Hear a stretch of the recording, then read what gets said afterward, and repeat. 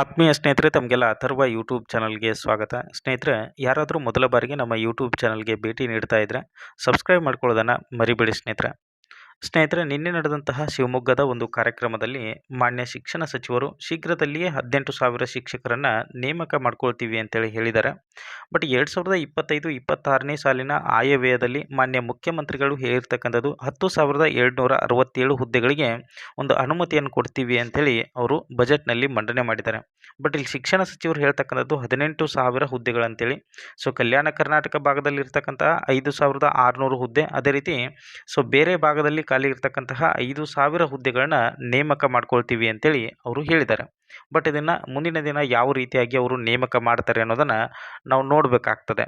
ಅದೇ ರೀತಿಯಾಗಿ ಪ್ರಜಾವಾಣಿಯಲ್ಲಿ ಬಂದಂತಹ ಒಂದು ಆರ್ಟಿಕಲ್ನಲ್ಲಿ ಬರೆದಿದ್ದಾರೆ, ಶಿಕ್ಷಕರ ಕೊರತೆ ಅಂತಕ್ಕಂಥದ್ದು ಮಹಾರಾಷ್ಟ್ರ, ತೆಲಂಗಾಣ, ಅದೇ ರೀತಿ ಆಂಧ್ರ ಪ್ರದೇಶದ ಗಡಿ ಭಾಗದಲ್ಲಿರ್ತಕ್ಕಂತಹ ಒಂದು ಜಿಲ್ಲೆಗಳಲ್ಲಿ, ಕಲ್ಯಾಣ ಕರ್ನಾಟಕದ ಜಿಲ್ಲೆಗಳಲ್ಲಿ ಕನ್ನಡ, ಮರಾಠಿ, ತೆಲುಗು, ಉರ್ದು ಸರ್ಕಾರಿ ಶಾಲೆಗಳು ಅನಾಥ ಸ್ಥಿತಿಯಲ್ಲಿವೆ ಅಂತೇಳಿ. ಸೊ 300ಕ್ಕೂ ಅಧಿಕ ಶಾಲೆಗಳಲ್ಲಿ 40,000ಕ್ಕೂ ಅಧಿಕ ವಿದ್ಯಾರ್ಥಿಗಳು ಕನ್ನಡ ಮಾಧ್ಯಮದಲ್ಲಿ ಓದುತ್ತಾರೆ.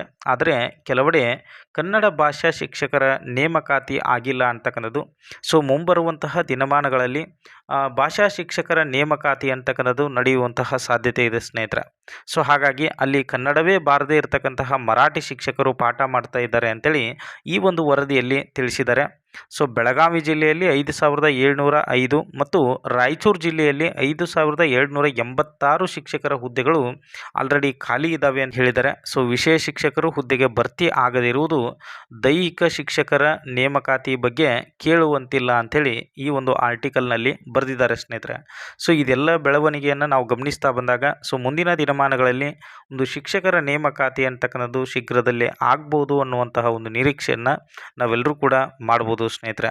ಸೊ ಇದು ಶಿಕ್ಷಣ ಸಚಿವರು ಮುಂಬರ್ತಕ್ಕಂತಹ ನೇಮಕಾತಿಯ ಬಗ್ಗೆ ಒಂದು ಸುಳಿವು ಕೊಟ್ಟಿರ್ತಕ್ಕಂಥದ್ದನ್ನು ನಾವು ಗಮನಿಸ್ಬೋದು. ಸೊ ಎಲ್ರಿಗೂ ಕೂಡ ಧನ್ಯವಾದಗಳು ಸ್ನೇಹಿತರೆ.